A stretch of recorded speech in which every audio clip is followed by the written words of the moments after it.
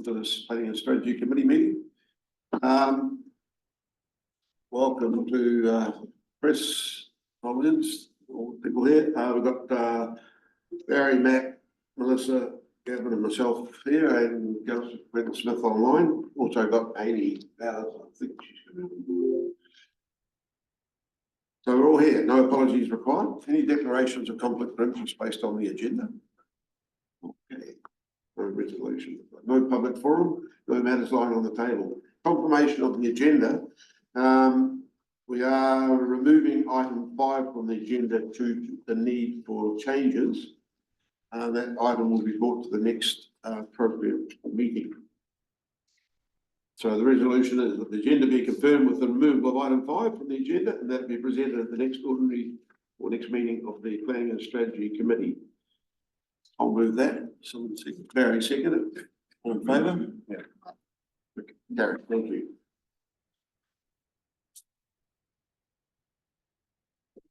Okay, confirmation of the public minutes of the meeting held on the 29th of April. Have you got any issues with those? The public minutes of the 29th of April 2025 Planning and Strategy meeting be confirmed as a true and correct record. We have a mover. Yeah, second it. Melissa, all in favour? Yeah. Gary. First item is a significant item, the Tapu Southern Corridor Draft Structure Plan for consultation. Welcome to the team. Anita, could you introduce your team? And yes, so we have Brent Pearce from P&I and Richard Powell from P&I. We've got Katie Russell from Planning Policy and Katrina Lamont from the Strategic Growth team. So I'll let Katrina, she's going to introduce the project and give a brief background of what's happened today.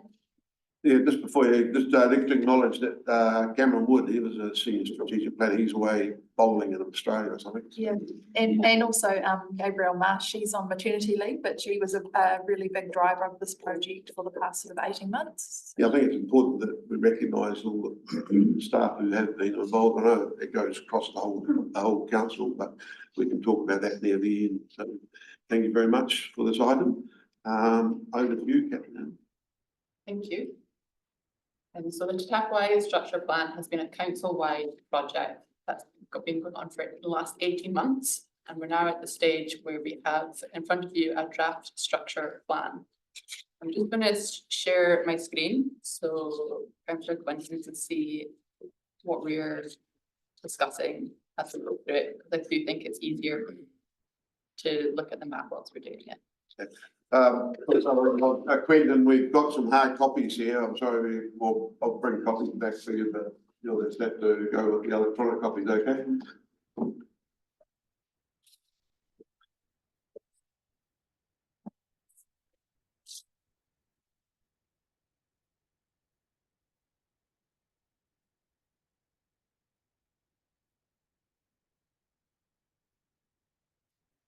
So this is our draft structure plan.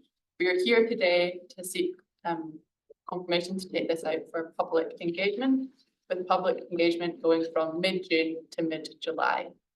Following that, we will review the feedback, and the intent is to take it to full council on the 4th of September for adoption. So I'm going to talk about the structure plan in 3 main areas, starting with infrastructure, followed by town centre strategies and our densities as well. I'm more than happy to take questions throughout or at the end. I'll start off by discussing our water supply.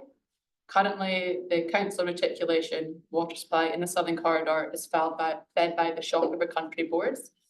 These boards are going to programmed to service other high growth areas such as Ladies Mile and Frankton. Therefore, the capacity in those boards will not be sufficient to service the Southern Corridor as well as these areas. So we're looking at an alternative source. We've looked at groundwater source and we've looked at surface water from rivers and from the lakes. The groundwater does not have sufficient yields to service the whole area, and we're looking at a lake intake. At this stage, whether that's a direct lake intake or via bores close to the lake or infiltration galleries is still being investigated. In terms of location of this lake intake, we've considered 3 main ones, and our preferred one is down near Calvin Heights, near Jardine Park. I'm going to discuss what the long-term solution looks like and then come back and break it into stages and how this can be staged. So this intake will feed north into Calvin Heights to a new upper reservoir suitable for servicing development in Calvin Heights as well. And it will also pump east towards the southern corridor. There's a reservoir location there, as well as the one in Cornburn. There will be a new reticulation that will follow an alignment that will follow similar to the state highway that will feed into the more greenfield areas in the south. With the incorporating of the existing Jack Point Reservoir as well. How this will be staged. The first stage is to continue to serve using Shock River Country Bores to service this area. However, we are looking to service Calvin Heights separately with its existing intake and reservoir, using the new reservoir in the Shock River Country to help the Shock River bore configuration. So the Shock River bores will pump from Shock River and up into this new reservoir here. By having Calvin Heights off of the Shock River Country bores will allow for additional capacity that can service the southern corridor. The next stage of infrastructure upgrades will be the new water intake and water treatment plant and the reticulation to connect them up to the reservoir. The long-term solution would be staged upgrades at these facility points and incorporating the Jacks Point Reservoir into it as well. We would keep the water pipe over the current state highway bridge to act as resilience and redundancies for Calvin Heights, with the option for Frankton also to be serviced from the Shock River Country bores and this new intake. Moving on to wastewater. Okay, do we have any questions on the water? Does that all make sense? Yeah, well, thank you. So, hang on, just Barry and Quinn. How many of the reservoirs are existing? The only reservoir existing in the southern corridor is the one in Calvin Heights and the one in Jacks Point, which is on private, which is private. Brendan? yeah, thank you. So just looking at the LTP, we've got some sums of money. I don't know what the total is there actually, but between, let's say, $2 million and $20 million a year scattered over the 10 years, is that right? For delivery of water in the southern corridor? Yes, that's Yeah, correct. correct. And so how far does that take us in terms of delivering the scheme that you've just described? So the structure plan is not limited to only funding from the LTP. The LTP is obviously council's own source of funding, but through this process, we are looking at alternative funding mechanisms as well. Yeah, but our numbers in the LTP always include their gross numbers that include alternative funding. So are there? Yeah, I mean the expenditure regard. Yeah. Oh, sorry, yeah, what we know is to deliver this, if we are going to look at having a pipeline of 320 houses a year, that's generally what we're seeing. We would have to look at alternative ways to bring forward that funding. And probably the most obvious one for here will be working with the developers down in the corridor to see what we can do to bring that development forward. Because what we know is that most of our LTP money comes in, in the later stages of the LTP. So we do acknowledge that's sort of the next steps of how we structure that and how we work with those developers to look at opportunities to bring forward those investments. Yeah. Okay. Yeah, all right. Thank you. Yeah, thanks. Good. That was my question as well, as whether in order to develop the land, the developers sort of get a head start on some of this, now that the plan's there, so we know what we're aiming at, well, once it's been consulted Yeah. on and adopted. Yep. That they can put some of their efforts into providing some of that infrastructure. That's exactly right. And also, there's a real opportunity to look at that staging. And so Katrina will talk about that in the later stages of the presentation, but what we can do in the short term to potentially unlock some development, but then what we'll have to do to unlock further in the medium to long term. So these comments are applicable for all All of areas them, we're yeah. talking about. All So, areas. So when we go to the next LPP iteration, I guess the structure plan and what's there will drive how the next LPP is shaped anyway. Another really key about this is the interdependency in some of our other investments. So That's for right. like pipe upgrades in Frankton. So we'll be mapping those out too, so that when we come to our annual plans and our long-term plans, it is really clear the trade-offs we are making when we're looking at investment. Yeah, okay, we might come back to the dependencies right at the end, but Yep. back to you, Katrina. But I'll talk about wastewater. Our consultants did a significant amount of investigations into how we can dispose of wastewater within the Southern Corridor. And based on the soil topographies, soil conditions and the topographies, it's not suitable to have a disposal to land within the Southern Corridor. And this is just based on the size of the land area required. What our consultant showed was that the area required would be the equivalent of the QE2 land on the eastern side of the Remarkables Park. So therefore, we are considering disposal of the wastewater from this area to align with that of the Shotover wastewater treatment plant. So how will we get the wastewater from the Southern Corridor to Shotover? There'll be a series of staged upgrades required. In the short term, we'll need to upgrade the Hanley's Farm pump station. And we'll need to put in trunk infrastructure that will follow the floor of the valley, go from south to north, to be able to allow the new developments to connect into it.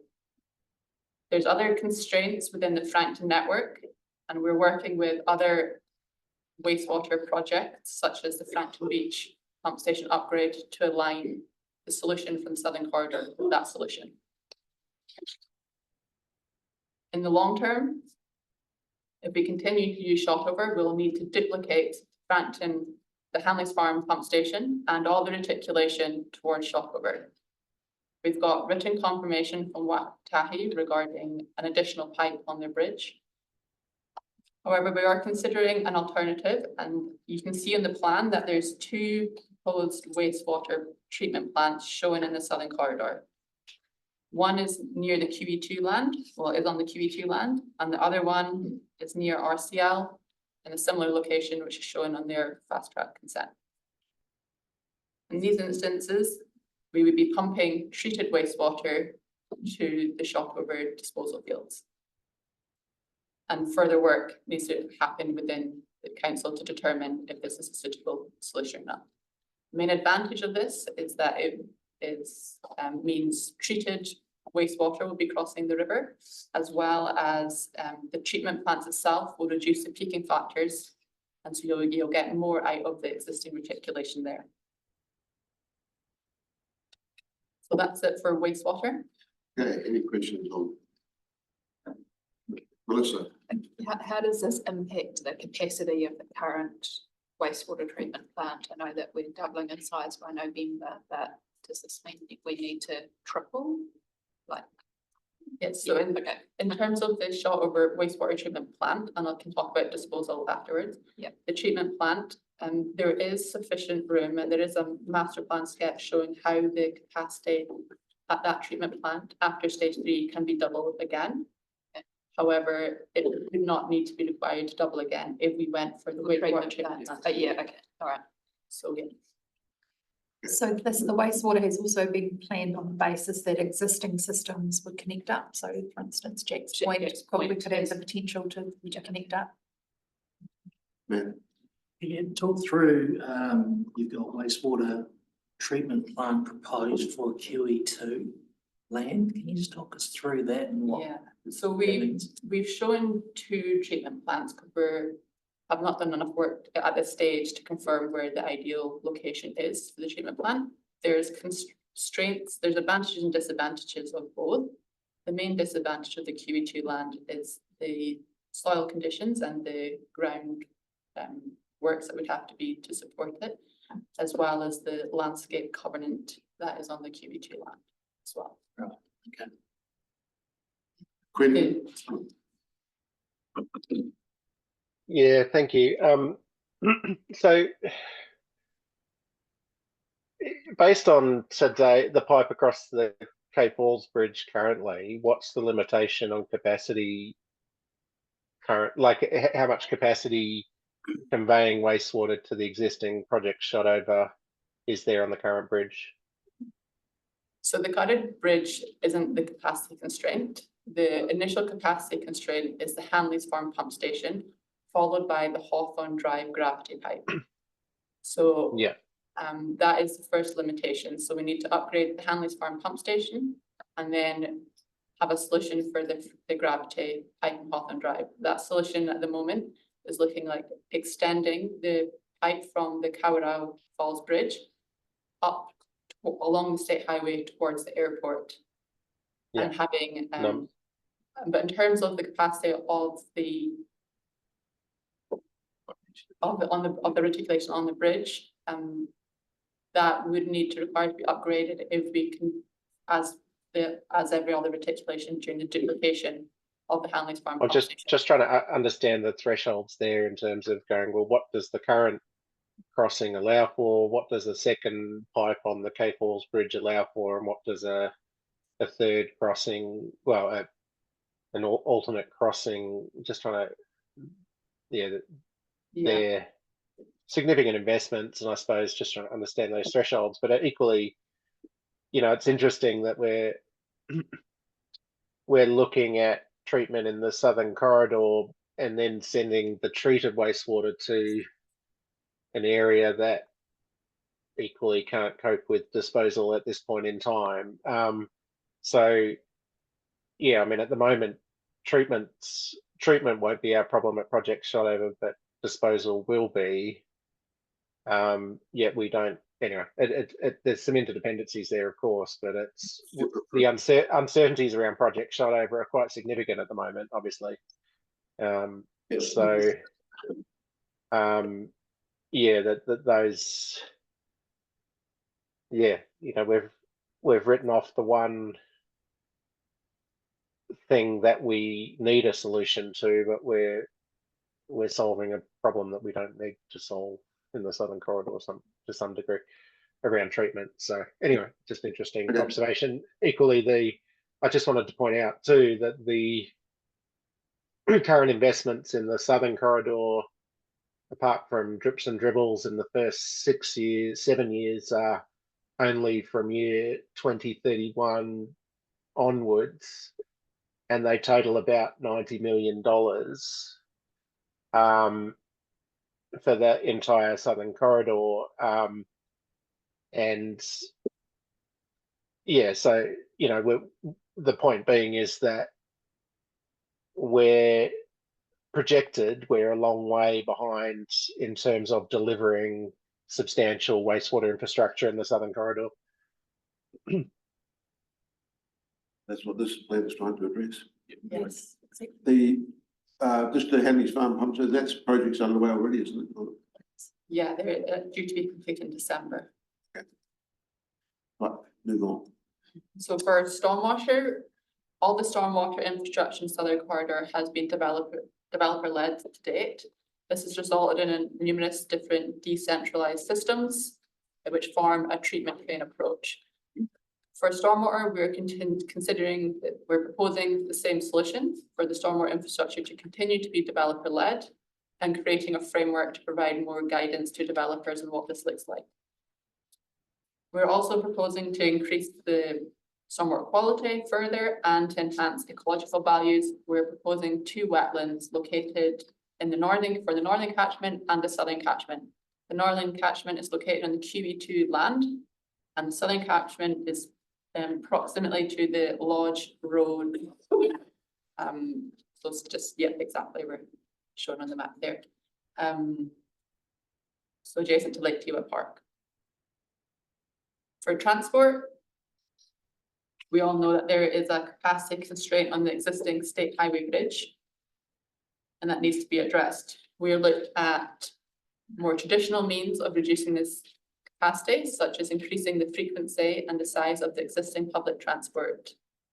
Looked at additional active travel routes, as well as making the corridor more self-sufficient to reduce the need for people to travel into Frankton through land use, creating more social facilities, educational facilities, town centres and retail opportunities. All these combined do still not address the capacity issues on the Kawarau Bridge. And we do need to find an alternative means to cross that bridge. Showing on the structure plan is a dark purple line, which follows a similar alignment to the state highway, and it shows it crossing the Kawarau Bridge at the start. For public consultation, we have shown this alignment matches with that of an aerial alignment, such as a gondola, as part of the public consultation to get feedback on that. Our P&I team, transport team, as long as their partner, ORC and Wakatahi, are considering, are looking at this in more detail. They are also considering a bridge over it, which would be a public transport bridge, opposed to a traditional road bridge. Traditional road bridge does not help the congestion issues in Frankton that we experience. There's other transport infrastructure shown as well, public transport doing more around the Southern Corridor itself in more of a loop fashion as well as looking at how we can improve connectivities between all the subdivisions that are there. So that is our transport. Okay, any questions on Matt? Just a couple of clarifications if I can. There is an active travel route on the eastern side of Deer Park Heights. Yeah, we are It's just showing, covered by the boundary zone. yeah, it's the trail showing there between Meadsland and the QE2. Yeah. Following the state highway and then crossing the historic bridge. Yes, okay, thank you. And then the purple dash lines, is that representative of the future potential gondola or massive, rapid transport option there? Yeah. And so where it breaks off into two, that's just some proposed landing spot. Yeah, we just didn't want to show one alignment in case the perception was that that is the alignment. Sure. We just want to show options, so it's indicative at the moment. So it's sort of more of an indicative where it could go, Yes, as opposed to where it will go and therefore. okay. That's also subject to a separate project being undertaken by Brent and Tony Pickard, so they're looking at that. Okay, all right, thank you. Yeah, We mentioned Transport Agency looking at a public transport bridge. Is that in the same sort of location or is that somewhere? To be confirmed, but yeah, it's likely to be similar using that board road public. Yeah. Because I know from Trails Trust investigations and the DTA obviously spent years trying to figure out how to put a public, active transport bridge over the river there. And everyone's basically arrived at the fact that it's very difficult to build a bridge there because of It is. foundation conditions. Yeah. So the only options seem to be possible options back around upstream closer to the existing bridge or further downstream near to Lake Estate. Just something to keep in mind as well. There might be some comments on that. but it's mentioned in there about the difficulty, I think, about of a bridge. Yeah. Quentin? Yeah, thank you. So once again, so the current investment in transport in total in the Southern Corridor, really, with the exceptions of a bit of planning money in the latter, sub $1 million in the previous couple of years, it's only $5.8 million in year 10. And I think I'm correct in saying that the NLTP has no funding allocated of any substance to the Southern Corridor. The update report in late last year indicated that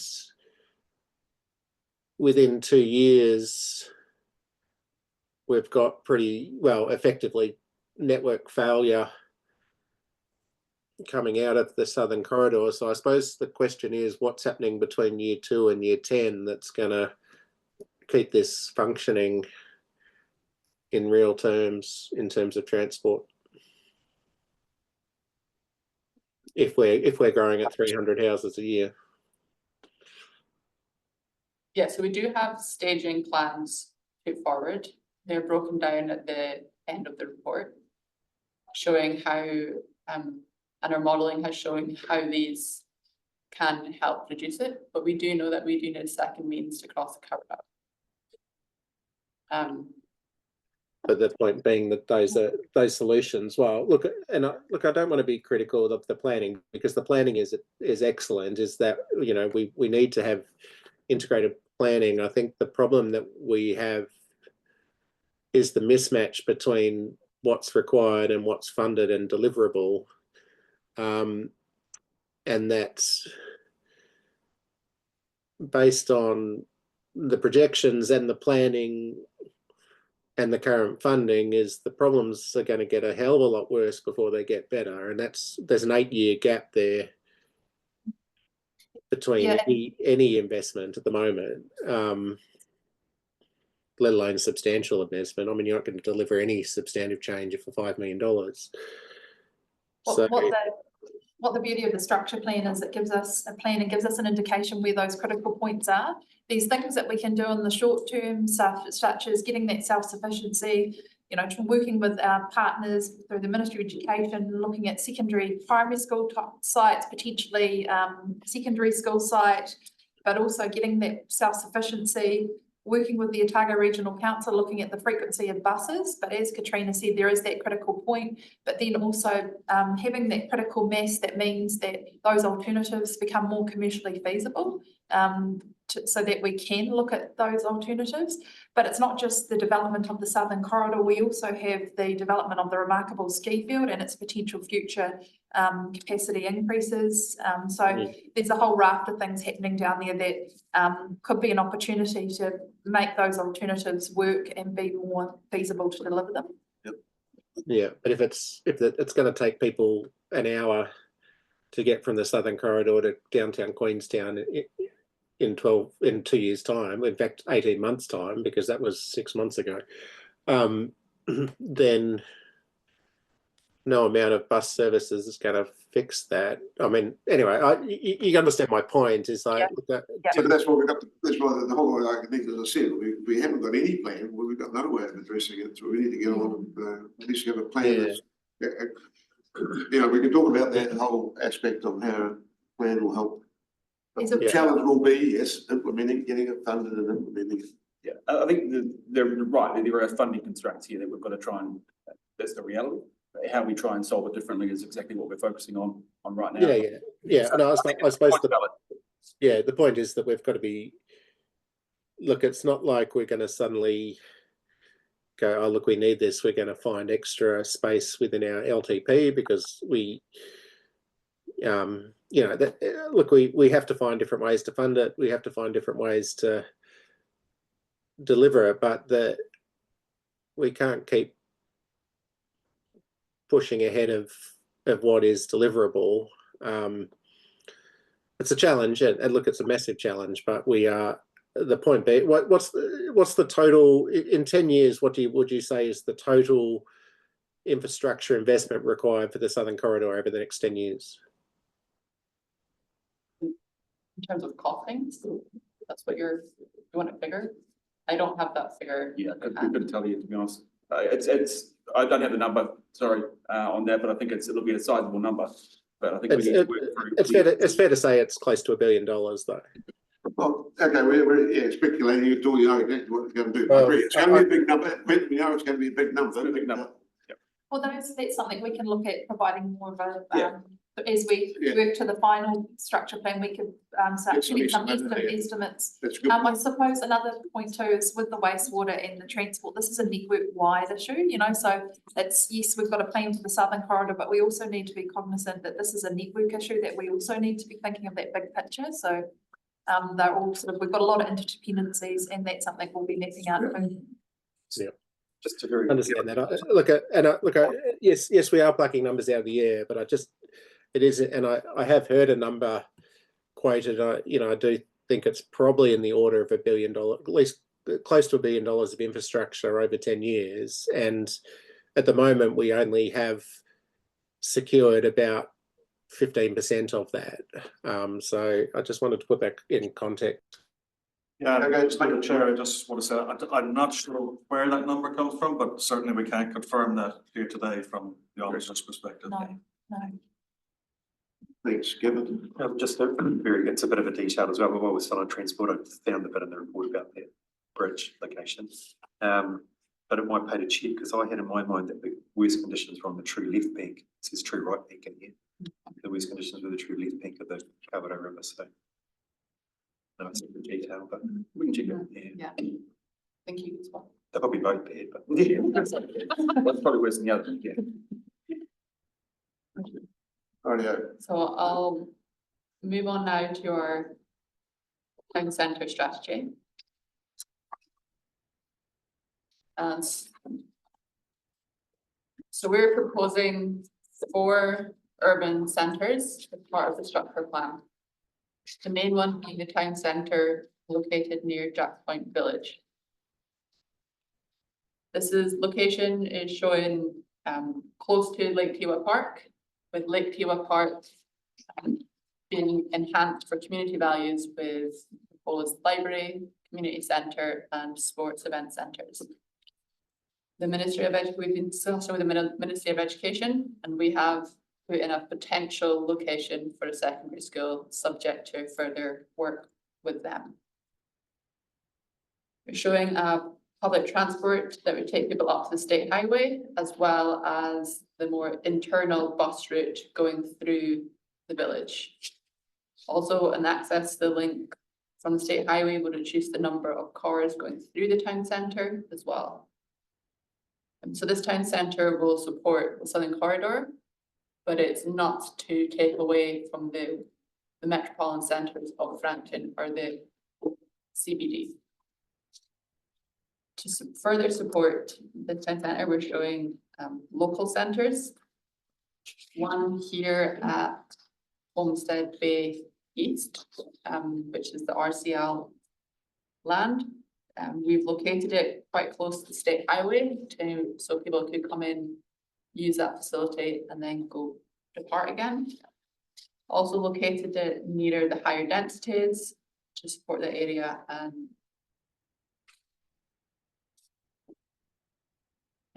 for the other local centre, that is towards the Homestead Bay Village, close to the marina. This is envisioned to be a bit more restaurant focused and have a bit more of a touristy feel given its proximity to the lake, as well as the Otago Research Retreat as well. Again, showing key public transport routes towards them as well, surrounded by higher and medium density. Final urban centre is the Comburn Industrial. Shown here.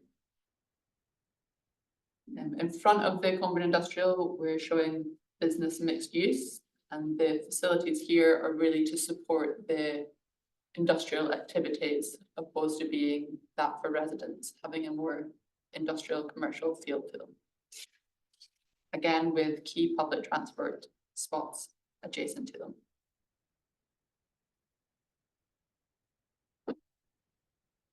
Okay. Yeah. Any questions, comment on the sentiment? Yeah. Quentin? So just to clarify that, so the business mixed use zone in the Comburn, is that yet to be zoned, or is that currently zoned? There's some areas that are the people up there that are already zoned Coburn Industrial. Yeah, But Coburn Industrial. the one in the front, no, that's a new proposal that's been tested as part of the draft. So are the hashed areas all represent areas that are subject to new rezonings? Yeah, proposed changes. Yeah, proposed Changes, yeah, okay. Thank you. What might be quite handy to do is to show because there is a slight increase in size in the Coburn Industrial we're proposing. So it'd be good to potentially show that change. Same with a lot of the village, the Homestead Bay Village, they're existing zones that we're looking to expand. I mean, at one level, while particularly that area that extends along the highway on the uphill side, there does seem to be an unusual planning treatment in terms of, I mean, it sort of looks like strip zoning along a highway rather than consolidated development. Have you got any comments on that? It's just that it's there are some topographical constraints there, but what our commercial evidence showed is we have that Coburn industrial area. We know we are short of that land moving forward, particularly in the Whakatipu. So it was looking really to expand on that. So while it kind of looks like that, it's actually, and the intention is that it be integrated as part of the existing Coburn industrial zone. And it's really building on some of the activities that are happening in and around. You've got the remarkable ski field car park. So it's really looking to grow that. So it's not, while it looks strip like there, it's not strip like in reality. And so what expectation, does this create ahead of an appropriate zoning process through the district plan or the RMA or whatever scheduled process that, so, these uses have been highlighted? So at the moment, it is a draft for feedback, but my understanding is any buildings, I have to get confirmation from Katie, in that landscape strip at the moment is actually a prohibited activity under the proposed district plan. So we can't entertain any resource consents in that area at the moment unless through the RMA. Is that correct? Yeah. I'm not sure about prohibited, but certainly, it's not encouraged to build in those areas. They're not zoned for that kind of development. And it won't have weight until Ali and Katie's team take it through a plan change process. So at the moment, it will be, once it's adopted, it will just be another matter that will be considered, but it doesn't have weight until it's actually gone through the plan change process. And at that time, it'll be subject to hearings and submissions, and depending on what plan change process we go through, whether or not it's subject to appeals. And can you also comment on consistency with the spatial plan as it's been undertaken to this point?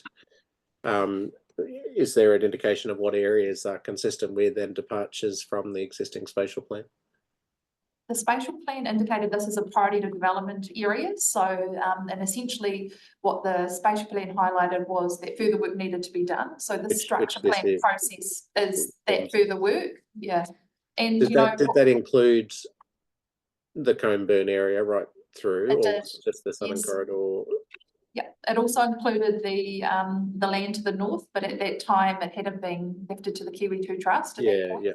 So it did it. So essentially, this work is just really built on what the spatial plan was envisaging, and one of the priority initiatives as part of that. What we know is that we do have a limited amount of land, and what we're looking at to use as land as in the most efficient way possible, but also respecting the environmental, cultural, and significant natural hazards that exist in this area too. So we've been through what this draft structure plan doesn't show is the massive amounts of work that has been undertaken to get to a point that we have even a draft structure plan. So we've involved natural hazard experts, we've got infrastructure, we've been working closely with Kaitahu and our government partners, Otago Regional Council, with ecologists, transport experts. So, a lot of thought this isn't just, this is pulling together lots of quite complex layers to form a piece. And it's really now the next step is just going out to the community and testing this draft with them. And look at face value, as I said, I mean, the support the work, and it's great to have the integration of a bunch of different large proposals and developments on the southern corridor. It does start to bring all those together. I would, that the bits to the west of the road are fairly I won't say obvious, but you know, cohesive in form, that the bit around Coburn and the mixed use is an unusual form because it's mixed in with all this natural open space and industrial area and business mixed use. It's a very strange pattern of development, and I know it's evolved and it's got different contexts, but it's a very unusual pattern of development. Yeah, if I could just add through the chair, my understanding is that's also intended to be a transitional zone from the residential areas through across the state highway into the business mixed use and then the significant industrial areas. So it was as a purpose to split the areas from residential into industrial by using that transition zone. Okay, Kevin? A couple of things that in the southeastern or southern end of the Coburn industrial area, there's that big open empty box, that one there. What's that? Anyone know? I think that colour is just meant to be the same colour as the marks above it. Yeah. Right, So just show no change. right, yeah, Outside the. It's outside the, Boundary, yeah, yeah. right. So that you've got the Kiwi 2 land and then you've got just land outside the boundary. Essentially what the structure plan does is anything that's in the outstanding natural landscape or is considered an outstanding natural feature is we've said that's where the line, so it's everything outside of that has been considered. Okay. Now I remember from one of those workshops that I went to about, well, might have only been one, that Southern Corridor workshop. Yeah. There was quite a bit of talk about sort of shielding the industrial area from the highway. Is that still part of the thinking, or is It was. on the planning side, it's right yeah. beside it pretty much? But Yeah, no, we actually from that workshop, actually of the 5 tables, there were majority indicated having development right up to the Oh, highway. like, But there were some, yeah, but this is going to be a really interesting point to test with the community. So this is Right. what we, you know, with this draft will be saying, because what we had originally is when Coburn Industrial was originally established, we didn't have any development up to the highway. Yeah. So since that point, we've got Park Ridge, we've got a couple of the other areas developed, they have been. So, you know, so we've seen a change. So from when Jack's Point and Coburn Industrial were originally formed. Yeah. So that will be something that we'll be testing with the community. We got feedback. yep, okay. But One of the like- things, oh, sorry. no, good, Kevin? one of the other things I remember from the workshop was discussed, because Ministry of Education were there too, about whether the primary school and high school would be closer together and sort of around the existing Jactiva Park. Yeah. Or near that, maybe just on the other side where the, you know, airstrip is now, but is that So the proposed primary school location is near the RCL land. Yeah. And the secondary school location, which is still subject to further work with the ministry, is Yeah. co-located next to that Jactiva. Yeah. Jactiva Park. The reason that we thought of co-location is just because of those funding constraints, and obviously there'll be a lot to work through with the ministry. Yeah. One, it's actually quite difficult to get confirmation on a secondary school in particular. Like we know we need a primary school. I think secondary schools are harder for them to commit to. Right. But just acknowledging that if there was a high school, we also have significant funding constraints. So it'll be a good opportunity to potentially work together to get a good outcome for that entire community. because just to orient it correctly, that Jacks Point Village sheet, the high density residential area, that is just where the airstrip is roughly, isn't it? Is that right? Just on the other side of that line of trees? Is that on the RCL one? The Homestead Bay is or? Jacks Point Village, Jacks Point Village, so the airstrip, just this is roughly where you're speaking. where the high density residential, so Jactiva Park's there, high density residential, that's roughly where the airstrip landed. Yeah. right, isn't it? Yeah, it is. Okay, yeah, because there's also some mention during that workshop about that land south of Jactiva Park where the airstrip is forming maybe part of a stormwater retention or wastewater treatment as well, but at the moment that's not. Yeah, it's Really? not shown in that map, but if you look here, there is stormwater infrastructure going on the other map here. Right. Yeah, the town stand just urban sign visual aids.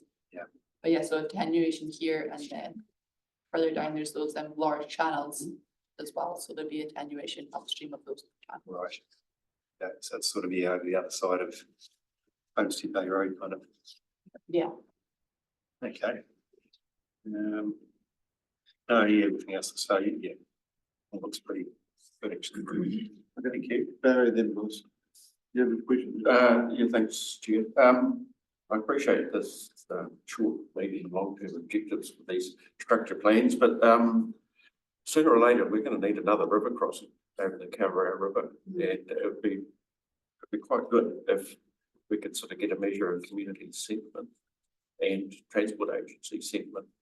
Because, you know, that's, I think we're gonna have to address that in the reasonably near future. Yeah, so as Brent said, his team, along with ORC and Watahi, are looking at that project now. And how that can progress, and our modelling has shown what dates that is required by as well. We did have a long-term plan where it's about from a gentleman who suggested a second crossing across the Lake Estate, connecting it out Robbins Road, which in a lot of respects would tend to deflect some of that traffic intensity we're having to deal with currently. There's certainly lots of options around where you could put one. It's more, you know, how do we make it happen and fund it, and where's the most logical place?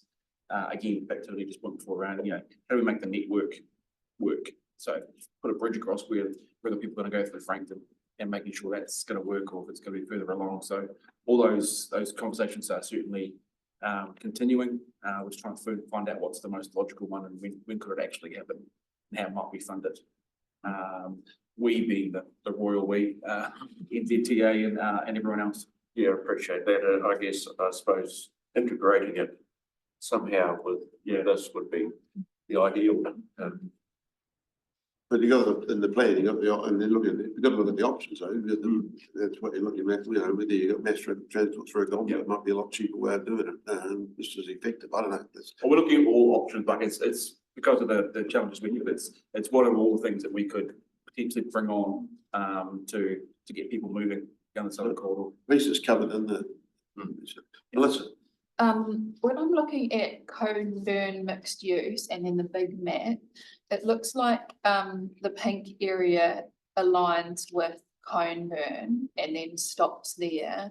But then on the big map, it actually goes quite a bit further.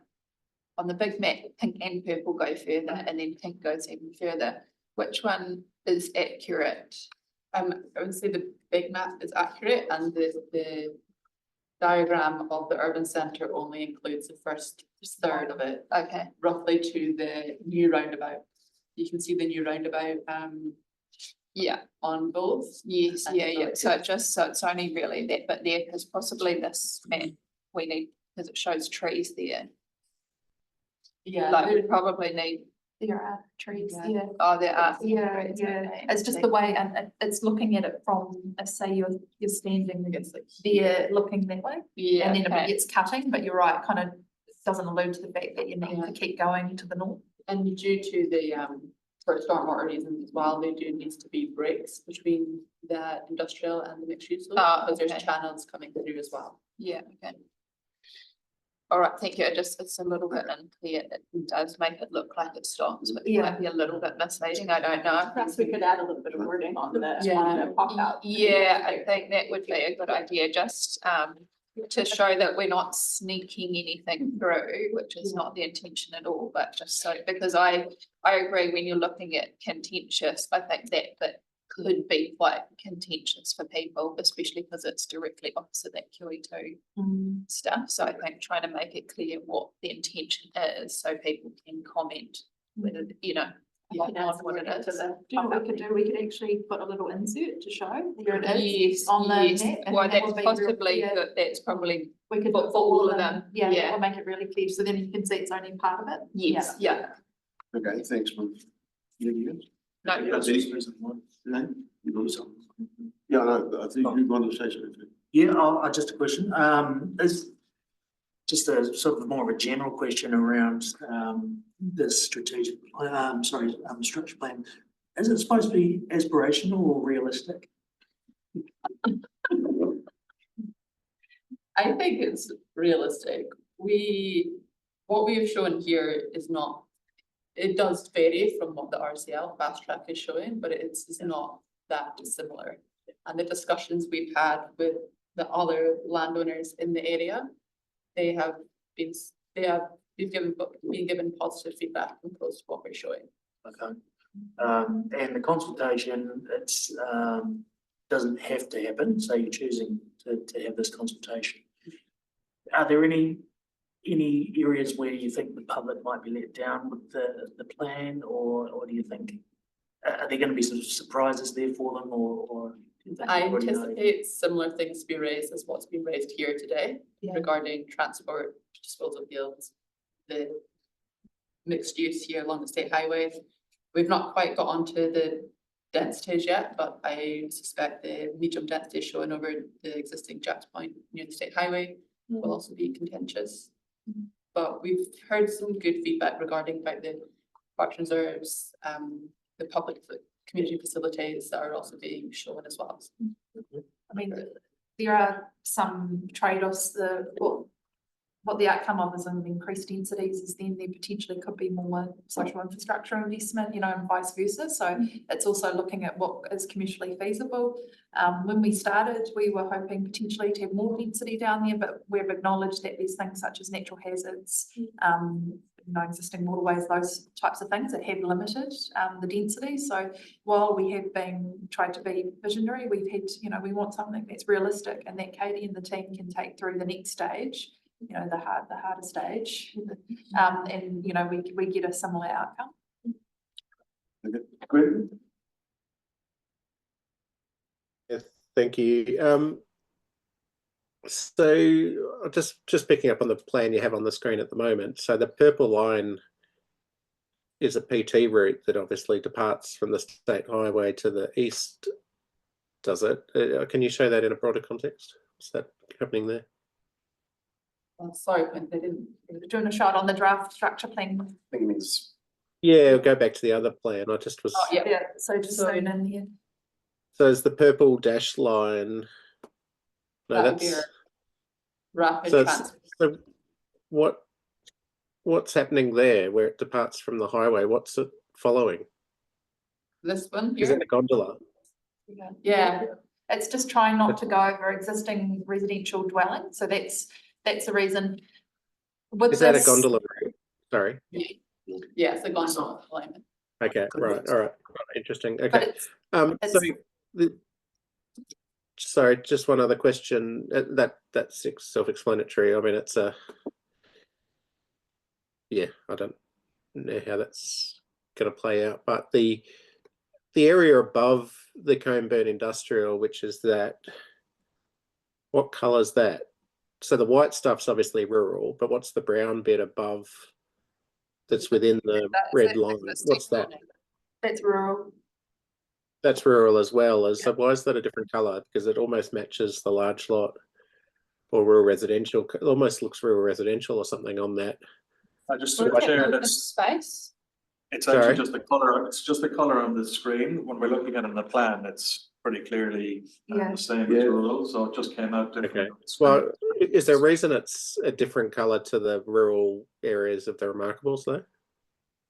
It's just that the Remarkables, so the Kiwi 2 land's been indicated, but the rural zoning of the Remarkables isn't showing. It's just we've kept to the zoning within the actual structure plan. I think what's confusing it is just the indication of the Kiwi 2 land in green. So Okay, we've but only there's- shown zoning within the structure plan and the Kiwi 2 land, do you see? Okay, so there's no proposal to change that area above? No, okay. No, Cool. no. All right. Okay. Thank you. Thanks. I think that's all the questions I've got. Okay, thanks, Ben. We touched on density briefly, but I'll just speak to it a bit further.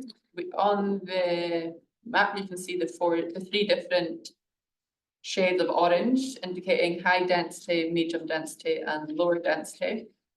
We are focused on having the higher density near our proposed public transport stations and our town centres, with medium density further out, and then the lower density is only shown on the RCL land, which is here and here. In total, the density yield that we've been working to is between 9,300 to 10,000 houses. that is total houses within the southern corridor, including ones that are already built and ones that have already been consented. Okay. And that's it. Do that. That's quite significantly up from the 8,500 originally projected. No, the spatial plan always envisaged about 10,000, but it always was on the basis that we needed to look at the hazards and look at the other constraints of the corridor. So 10,000 was always the high level number we used from the spatial plan. Okay, and so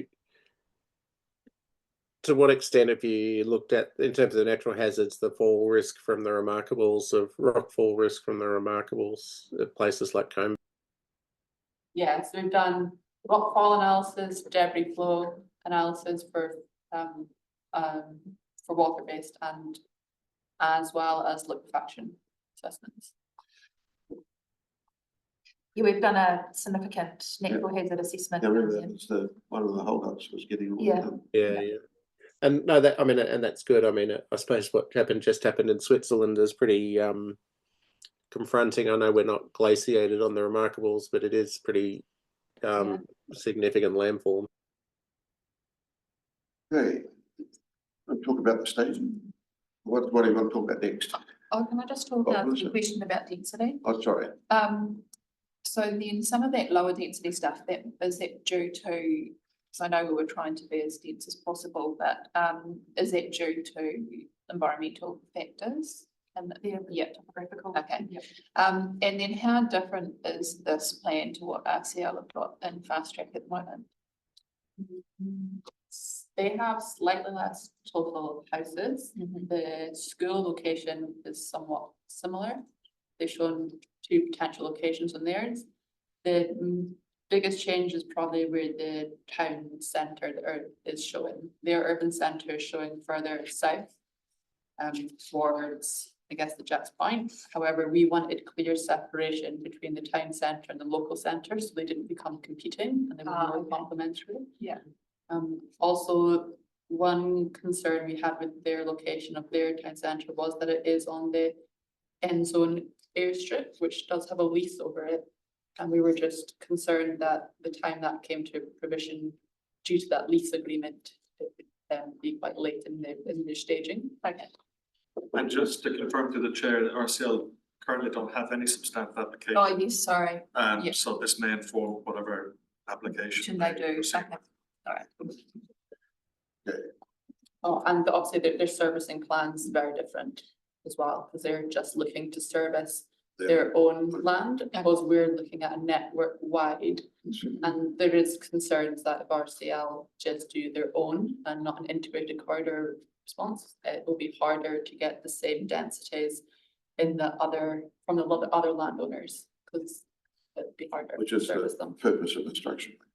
Yeah, and Oh, just, sorry, listen. No, that was it. Kevin? Thank you. just quickly to confirm, the report mentions 9,300 houses. That's including all the existing ones there, isn't it? It's total There's about 2,000 already. 2,700. Yeah, plus additional consented Okay. ones that. Oh, yeah. What's next? Well, that was it. No, that's all. I was going to quickly show we have for the public engagement, what we are proposing to do is to have a ARC GIS story map. Should be able to get to here, and that's just how the Word document that you've reviewed, how that is showing online, part of the community engagement with the headings here and what the structure plan looks like as well. So it's a bit more interactive and it's done in layers with, as you scroll through it, it will highlight the topic you're looking at, so. We're also, we'll do a summary to make it as non-plenary as we can, so that people can understand, you know, I hope it's just a maximum of 6 pages, just so people can have a quick look. Just briefly, what is the consultation sort of process in terms of how do people hear about it? Yes, so our comms team have put together a communication strategy engagement plan using the standard things such as let's talk. This is going to be a major part of it, and we do have 2 drop-in sessions scheduled for Hangers Farm and at the Jack's Point Club House as well, which we will invite you guys to. There's a couple of references to the fact that the feedback or consultation is non-statutory. Why does that need to be explicit? Is it? Because there's a statutory process through the RMA, the plan change, so Right. that's the statutory process, so Okay. we're doing it, ours is more under this is under the Local Government Act. Right. But through the planning policy processes, there'll be hearings and submissions and those types of things, so just, we're trying to make it really clear the difference between the two processes. Made it clear to me now. So. Yeah. A couple of questions just on, just a quick one on the staging of the transport. You got in there, are these things happening? New roundabout, State Highway 6 RCL, conversion of State Highway 6 Jack Hanley Drive roundabout, is NCTA actually going to get, that going to get done in the next 3 years? I've got it in there for the next. Sure. Yeah, the application for the RCL land also showing that intersection as well being upgraded. Okay. To be required for their development. The other thing was, down in the, how we monitor it. The performance review conducted every 3 years alongside a comprehensive review every 6 years. It seems like a long time. Do we not get anything 6 years? Surely there must be something more regular than 3 to 6 years on reviewing the plan or not? Was that what? We'll be monitoring it. Performance review be conducted every 3 years. Yeah, I'll have to double check that with Cameron, but I thought it was every annually and every 3 years it'd be a full. Well, can you check that? 'Cause it just seems like a long time. You know, Yeah. waiting up 3 years before we get, that's the whole, one of the short term. Yeah. I know we'll be getting reports through, and LTP and annual plan and stuff like that. We'll be RMA, okay. We'll be The monitoring monitoring, so, reports, do the monitoring Yeah. reports continue? Yeah. yeah, we'll have to be monitoring this as part of the spatial plan too. Another thing that we would do is we would start to monitor the uptake. So we'll be following that to see, you know, what's the uptake happening, what does that mean in So- terms of funding and triggers. Okay, so that we can expect that monitoring report to come to the strategy committee. We can. Okay. Mhm. Right, anything else? Any other questions or discussions? Gavin? One other thing I forgot to ask before you say was again about my recollection of the workshop. There was talk about putting a petrol station or something on the at the new roundabout, which thereby Homestead Bay East, I guess, wouldn't it? Is there any? Oh, it's near the industrial area. Coburn Industrial, yeah. I thought it was. Yeah, my recollection of it was in reference to, there'd be a new intersection by where the current e-strip is to go in there to it. It was going to be somewhere around there, maybe a petrol station in the supermarket or something like that. So, There was a range, I mean, there were 5 different groups, so there was lots of different things saying, but I think Yeah. one thing that was collective was they would like a desire to have a petrol station in somewhere in the corridor. That was more anticipated. I think the zoning that's proposed is more in the Coburn industrial expansion. But Homestead Bay would be more like your local shopping area. So something sort of similar to Albert Town, sort of that sort of thing. And then the Jack's Point would be the key area that people come into where the potential supermarket would be located. Okay. That was it. Thanks. You know, obviously mentioned all the, the teams been working done a lot of background work, working with all the other departments, other councils. What's the sort of vibe at the moment with you seem to have brought all the property owners and the developers got on board with the structure plan? Or any general comment on that? We've managed to have one-on-one conversations with all the main landowners and developers in the area, except one who's unfortunately ill this week, but we will catch up with them next week. And the feedback we've reviewed, we've received some comments, but I would say generally the overall feedback has been well received. Yeah, I think the biggest is that the corridor wide approach and the ability to get a solution for the whole corridor has been the fundamental. In particular, getting rid of existing disposal fields, and I think and just having that resilience has been a big part of the discussions. Yeah, and just through the chair, I really want to acknowledge the amount of work that's gone into this. This is not an easy thing to pull together, and it's been from a planning perspective, pull together basically breakneck speed for a structured plan such as this. So I think it's been a fantastic job from everybody pulling together through council and the teams to get to where we are today. Yeah, I acknowledge that on behalf of the committee. I don't want to thank the team. I think that I agree with the comment. Initially, we get it in the air, structure plans take too long, and do we really need it, and all that sort of thing. I now have seen it, been in the workshops, seen how quickly you have got it on the table. So yeah, we really appreciate it. Thank you very much. Also acknowledging all the other people that have contributed, other landowners, developers, other councils, all departments of council. This is a significant milestone. Yeah, this lays out what has to be done if we want to achieve the potential growth. Yes, there will be a lot of challenges as raised by questions here.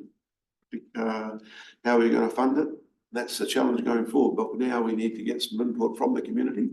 That's what this is all about. So I'm very keen to, or happy to move the resolution that note the contents of this report and agree that the draft Tapo Southern Corridor Structure Plan be released for a non-statutory public feedback process for a period of 20 working days. We have a seconder.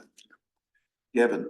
Right. Any further comment, discussion, or comment? Sorry, no more questions. Comment. Anybody want to comment further? Quentin and then Matt. Yeah, look, I do certainly appreciate the work. I mean, consolidated, well-planned development and urban form is absolutely essential in this day and age. I mean, I really don't want to understate the challenges and the scale of what is proposed to. Well, look, it is generally land that is suitable for development.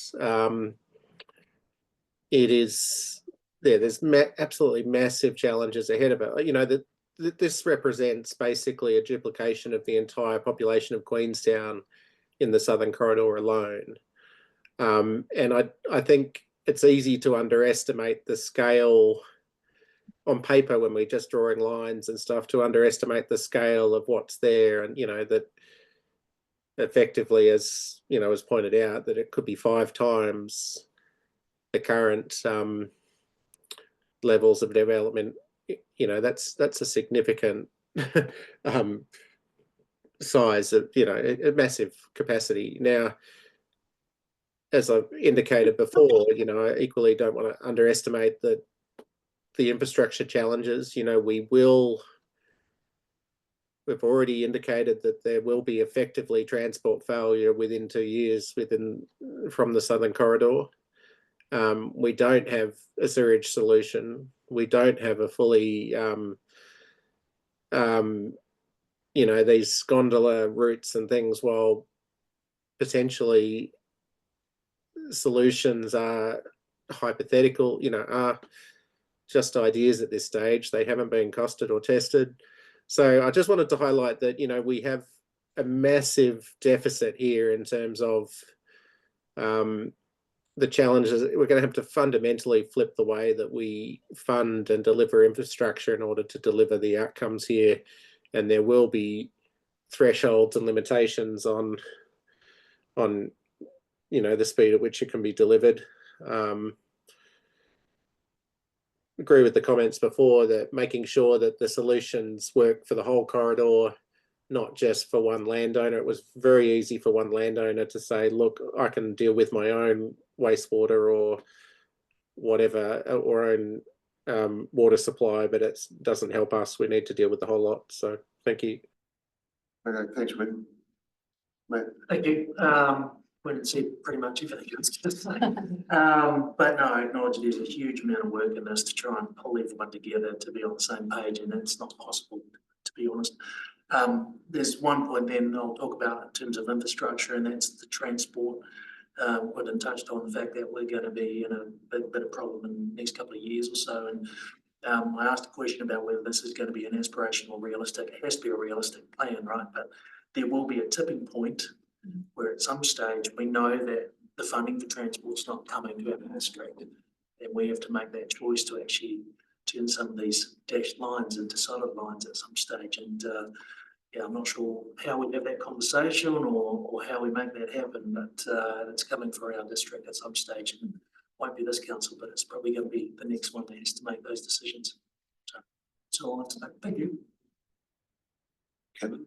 Yeah, I mean, it's a really good plan. I think that's a good starting point. Things take time to develop anyway, and you know, you can set out all these things in a plan like this, but the developers always come up with their own ideas sometimes and want to change it. So at least it's good to have a starting point to address the the issues as we see them now, and it obviously allows us to start putting things into the long-term plan and the 30-year infrastructure strategy for all these things that are set out in timelines to actually be able to plan ahead for them rather than reacting to them as developers eventually change everything anyway.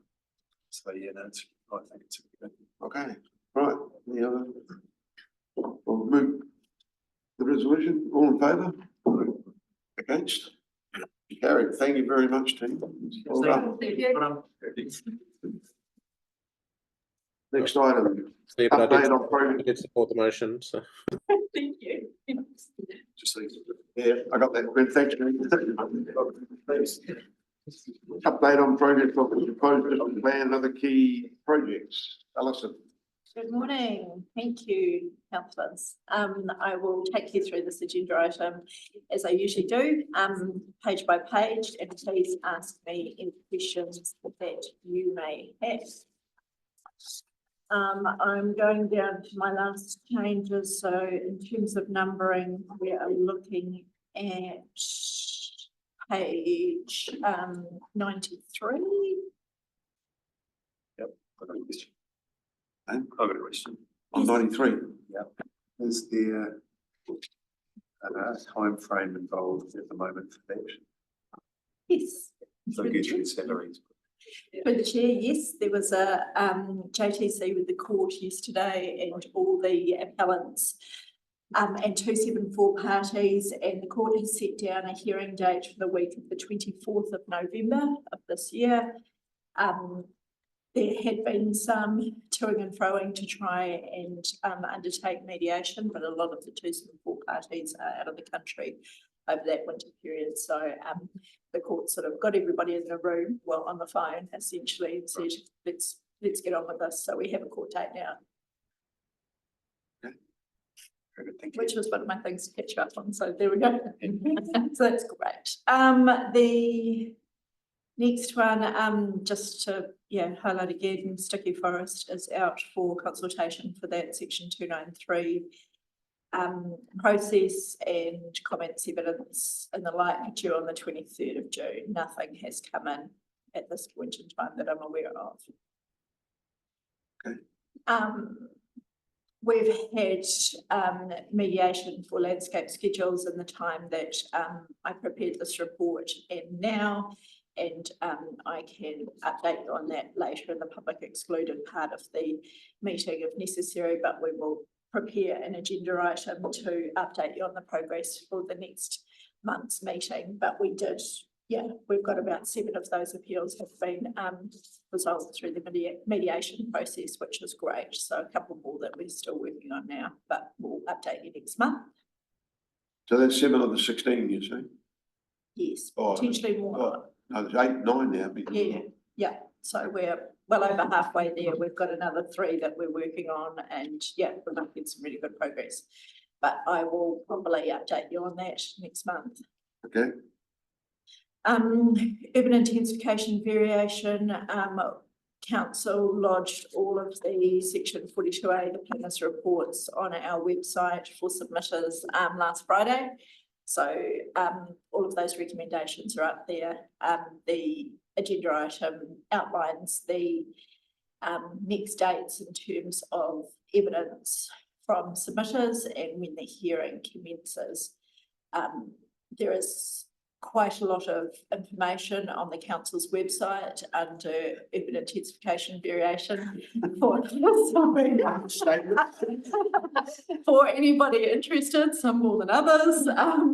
What we've tried to do as much as possible is ensure we've got executive summaries in those reports because they're quite large, there's a lot of information there for members of the public, especially lay submitters who might not have taken a part in a process like this before, how to prepare and attend a hearing and speak to their submission. So hopefully that is helpful for those. Otherwise, as always, the policy planning team are happy to assist anybody that rings us up or wants to meet and sort of go through how to take part in a process such as this. We're always happy to assist.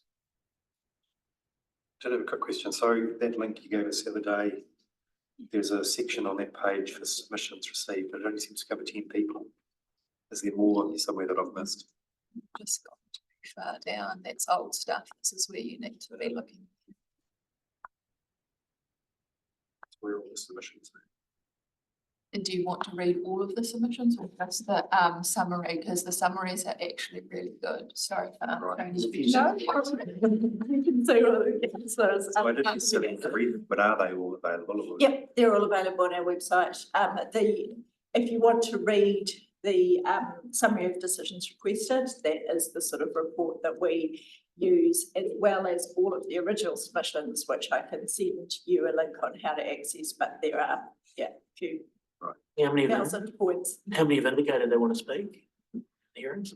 Let me just- Document or something. That always changes. We've got 3 weeks allocated to the hearing. The first couple of days, council will represent our case essentially, and then it's 3 weeks, Arrowtown, Westtown, Wanaka, or whatever. Yeah.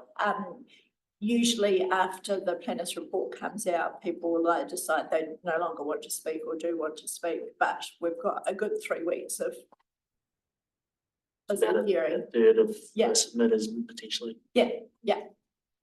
I understand the Arrowtown submitters are looking at preparing joint cases and working together, which is really good. And a lot of the, I guess, the professionals or the landowners that were represented by legal and planning, they'll present theirs as well. Okay. Thanks. Landscape. Yeah, up includes the landscapes, just alerting you to the hearing that's been set down for that. Special zones review next week. There will be a councillor workshop which will take you through the next steps in terms of that significant project. Is it next week or the 1st of July? Oh, 1st of July, sorry, I'm ahead of myself, thank you. No, Yeah. Mr. Harper, I'm actually sure. away. I know, I'm away. However, Sorry. A lot going on. So, so there will be, that'll be quite a good workshop. We're looking forward to assisting you all to understand, next steps in that and to get some, recommendations and feedback from the elected members. So, great. Waiheat Puna will be part of that workshop in 1st of July. Where we will take you through the effects of basically those layers and the special zones which haven't had consideration of Waiheat Puna to this point in time. Spatial plan, Te Pitahi, we've just had that agenda item, so that's great. And we have a extraordinary meeting coming up for the Hills private plan change in a couple of weeks, just because we need to, we weren't able to get that agenda item and the information we needed for this meeting, and the next meeting is too far away, and we've got some statutory deadlines that we need to meet for that. So thank you for those that are going to come along and give us the quorum for that next decision-making process. Down to the paragraphs updates, there's not too much to report there. Unfortunately, we weren't able to get the model onto this meeting. There was just a couple of things in there that we wanted some further work on in terms of the assumptions made, and we'd rather bring a accurate representation of where we think we are with development within the district. So that will come to a later meeting. Yeah, not too much to report, with respect of the outstanding appeals. We're looking at setting up mediation for Williamson, which is an area of proposed rezoning within the Wakapu Basin, which is going to be, accessed from a road from Lower Shotover. That was a resource consent for that, which has also been appealed, so there's that process being undertaken at the moment in terms of how the two appeals will be, one looked at by council and two by court. I don't have any other specific appeals through this public part of the meeting that I was going to alert you to, unless there's any other questions. Any questions? Awesome. Thank you. Okay, the resolution, note the contents of this report and note the updates on timing and progress on projects undertaken by the planning policy team. Thank you, move it. Matt, second, Melissa, all in favour? Okay. Thanks. Unanimous. Okay, item 3, changes to the operative proposed district plan and other key projects. No, that's not mine. I would have said no. Yeah. So that's, Yes, right. you know, we.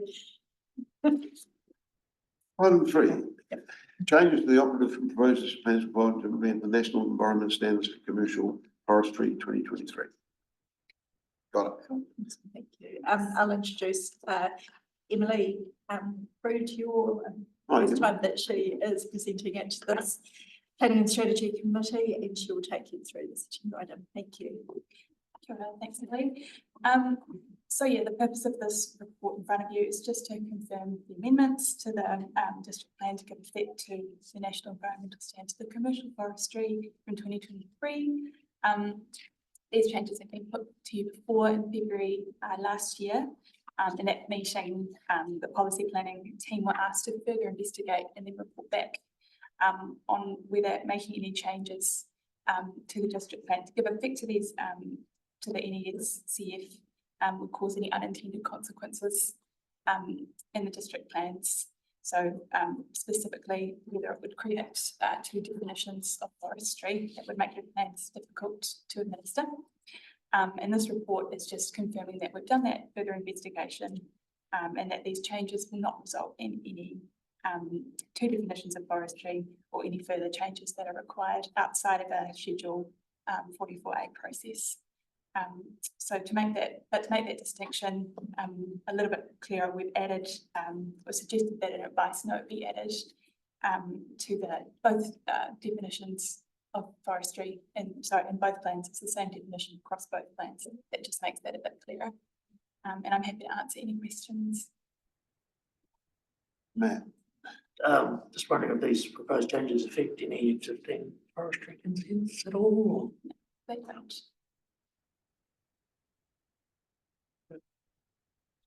How many commercial forestry areas have we got? Is there any? Not very many. We're not getting very many applications to start new ones, are we? Is it currently prohibited everywhere or just city areas? Or discretionary? It's currently it's controlled by sort of the most of our district is outstanding natural landscape, so the NS allows the district plan to have more stringent rules, basically. So yeah, the district plan sort of controls those areas. Okay, the way down further, they've got a footnote, a note there saying may require an accept clause. Can you explain what So the way that the plan is written, it will say forestry activities apply except those that are covered by the NSCF. So that basically just proviso that that directs you to look at the NSCF. Okay, so when they're looking at it, virtually taking it right out, the notes to assist with that, yeah. Okay, any other questions? More There was one reference, I think it was just a typo where it says NPSCF, but there is only the NESCF, isn't there? Yes, it might have been in reference to changing it, but Right. otherwise I can, yeah, check that for That's you. right. Yeah. It's just- and in the tables, there was one, from page 124 Yeah. to 128, everything's struck through. What's happening with those sections? So, the provision text, activity status, the action, the RMA status and the consequential amendments, everything's got a strike through on it.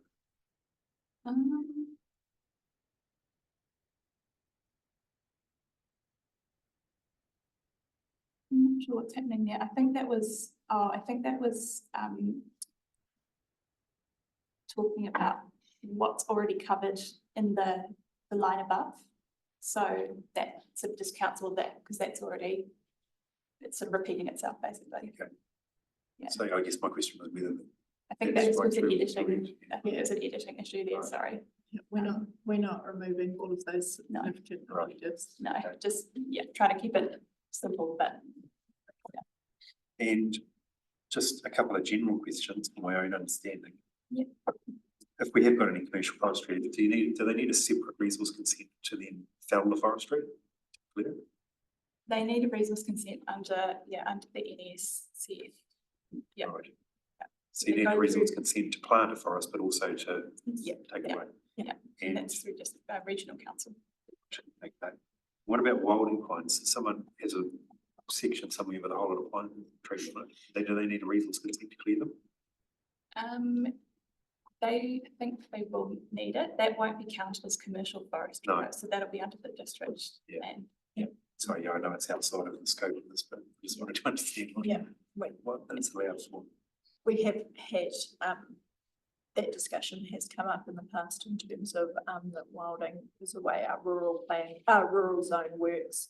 Anything that's not discussed within the chapter defaults to non-complying, but if the removal of those wilding species are for, rural or residential purposes, then they're then they're part of that consenting process. And yeah, as you're aware, the planting of wilding species does require resource consent to ensure that if anybody does want to do that, that we're really managing those sites, the off-site effects of those, especially if they were on a hill or a take-off site. Yeah. Could be. Well, and that's my Pretty concern, I damaging. guess, for Yeah. the removal of them as well. I mean, generally, I think well, removing wilding pines is great, but we want to get some controls over how that's done and managed, don't we? That's why I think we would Yeah. need to be consent for. Anyway, Yeah. sorry to go. No, it's a good point, because Yeah. this has been there's a one small plantation provided to sticky forest that's just been taken out recently. They need a consent to do that. Sticky forest, I understand, is a forest, so the Well, this is actually ES forestry will, neighbouring it to it. yeah, but any wildings that have originated from that forest, yes, Oh, okay.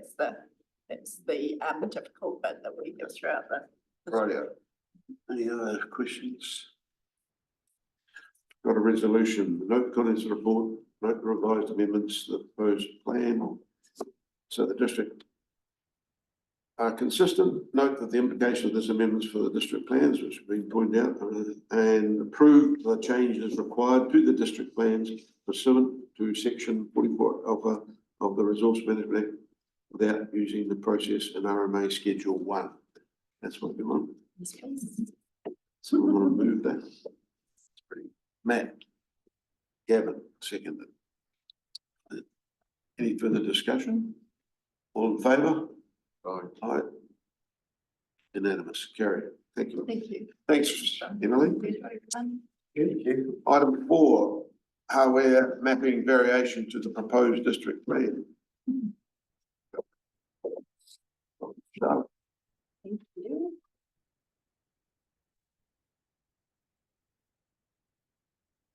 all right, I want to see if Rick supports some change.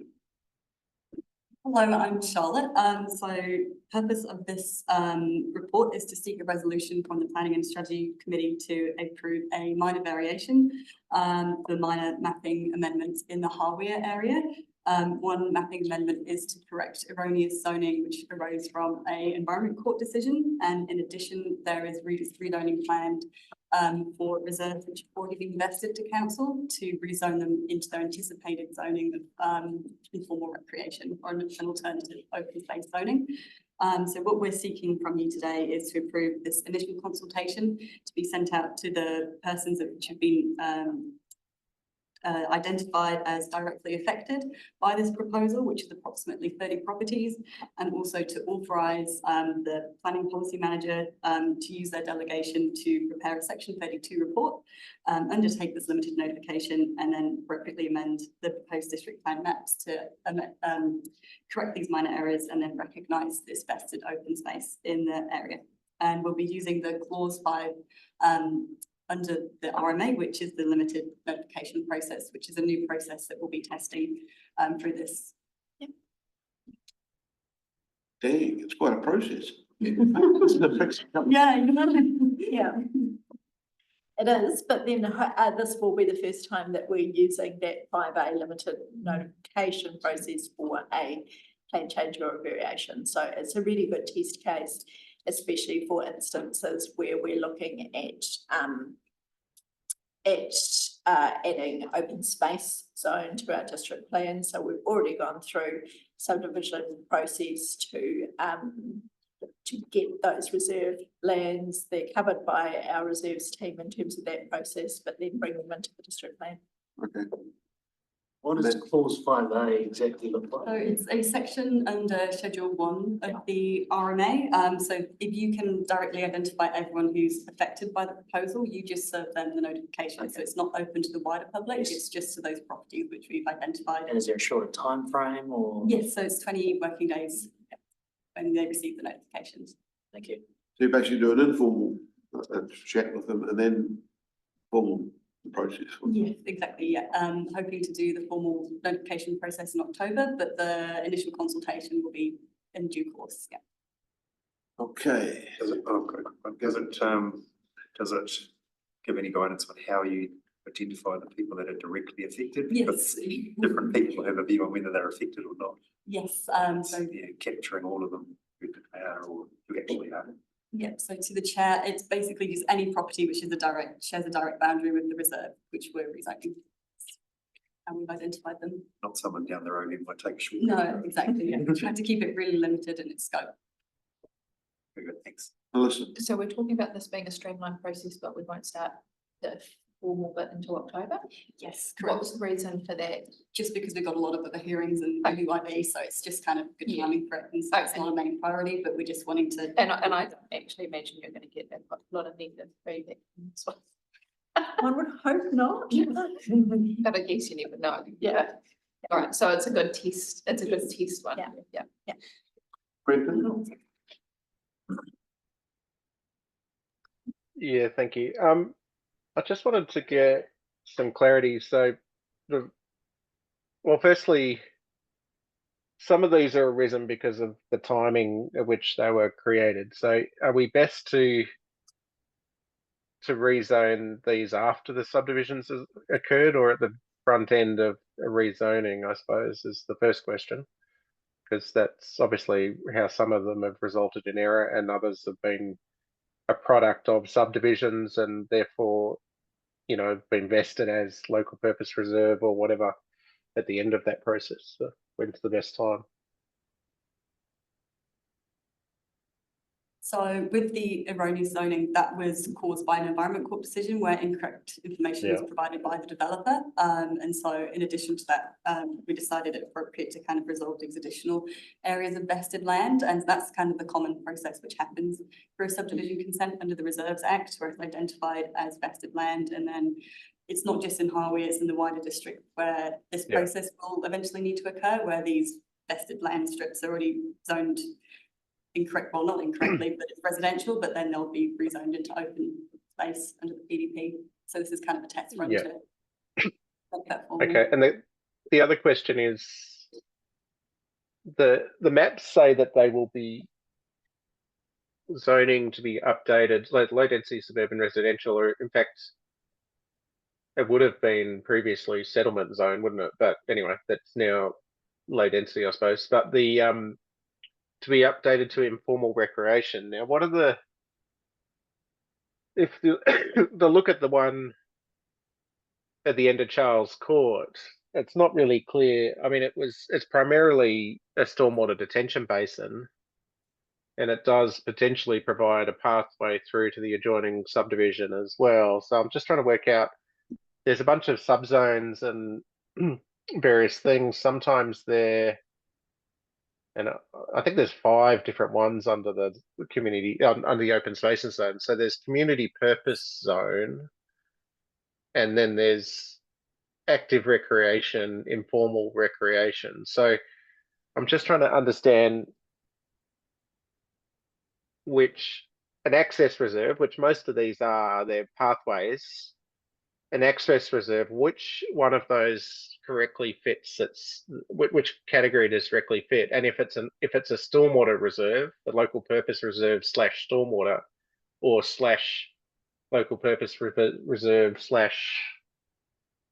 access or something, or whatever. There's different types of local purpose reserves, or car parking, for instance. Which category, which subzone do they correctly fit in under the framework? Should they be community purpose zones, or should they be informal recreation, or something else? So to date, we've determined informal recreation to be the most appropriate, and under the Section 32 reporting, we'll make an assessment against all those open space zones to determine the correct one for each of those areas we've identified. Even if the primary purpose of that reserve is stormwater detention, you still think informal recreation is the correct zone? Well, didn't you just say you're gonna review it? And You're going to assess that? Mm. So we'll. Okay. I suppose, and look, I can understand how and that was created, but there is some inconsistencies, if you like, between, oh, here we are, I've got them all now, I found it.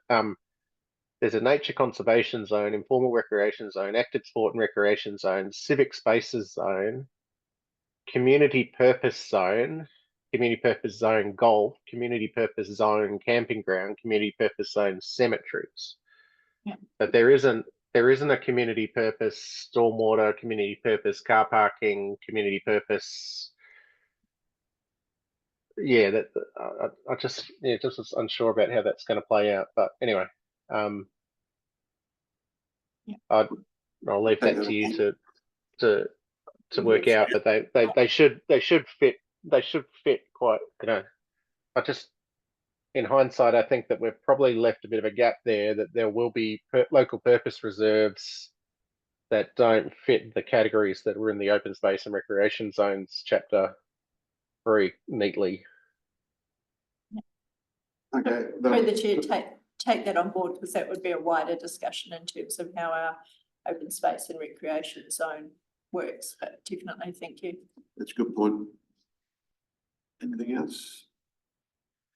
All right, we have a resolution to note the contents report to approve initial consultation served on all persons directly affected by the proposed variation, and then authorise the manager of planning policy to use the delegation to prepare a Section 32 report, take limited notification, and amend the proposed district plans to correct minor errors and recognise vested open space, which will be served on all persons directly affected by the proposed variation, in accordance with clause 5 alpha of the first schedule of the Resource Management Act. Oh. All right. Barry's moved it. Melissa seconded it. All in favour? Gary, thank you very much. Thank you. Right, move that the public be excluded from the meeting. Someone second it, Barry. So I moved it, Barry seconded it.